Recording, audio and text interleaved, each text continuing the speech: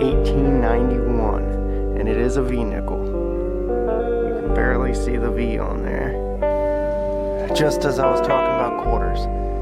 Man, silver quarter. Hey everybody. Well, today we are going to talk about rare coins and what to look for and which ones are rare.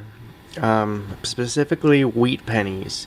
Now, a lot of times people find wheat pennies, and especially like metal detecting or even just searching like old coin rolls, and just toss them into a bin and never think about them again.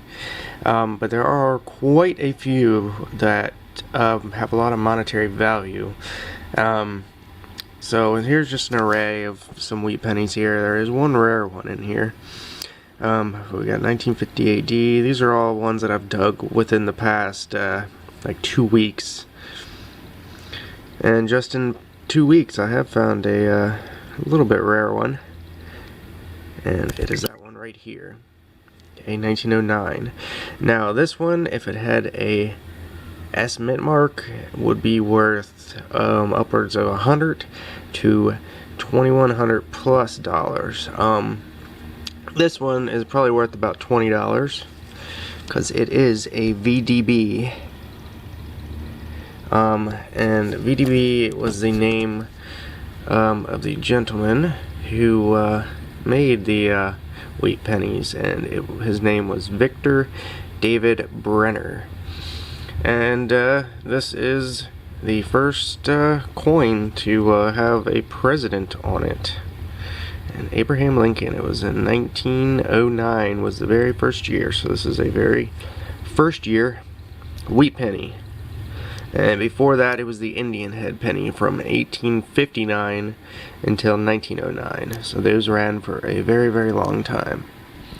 And the wheat penny now is still, well, it was 1909 to 1958, but the Abraham Lincoln design is still on it. Now they got the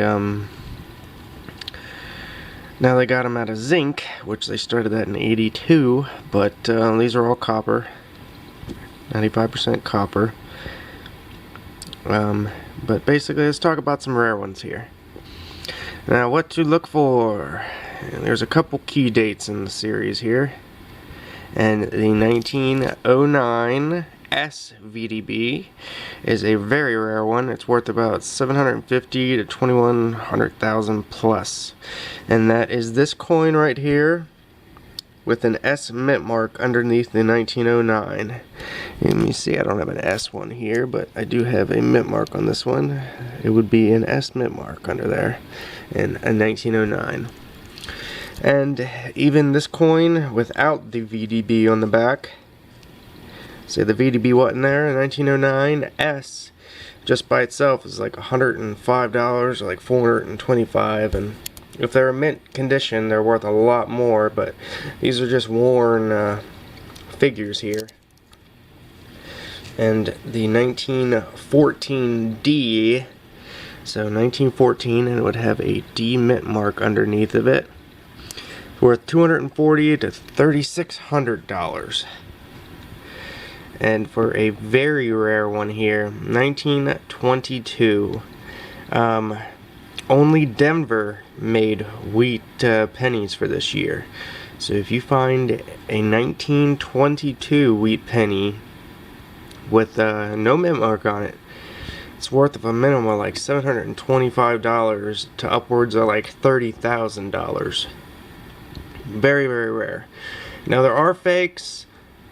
People do scratch off the D, but you're gonna have to get it, basically have to send it out to get authenticated anyway. So if you ever come across one of those, that is a very, very good date to look for. A 1922 with no mint mark. And the 1931 S is worth about $110 to $225. And there is a 1955 double die, and that's one of the only later years of the wheat penny that's worth much.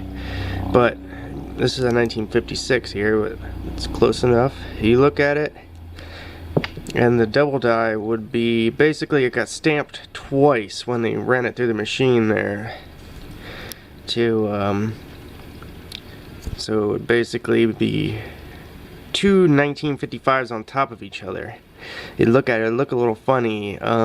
Basically just got stamped twice right over top of each other, and quite a few of them got double die, but they're about $1,000 to $3,250.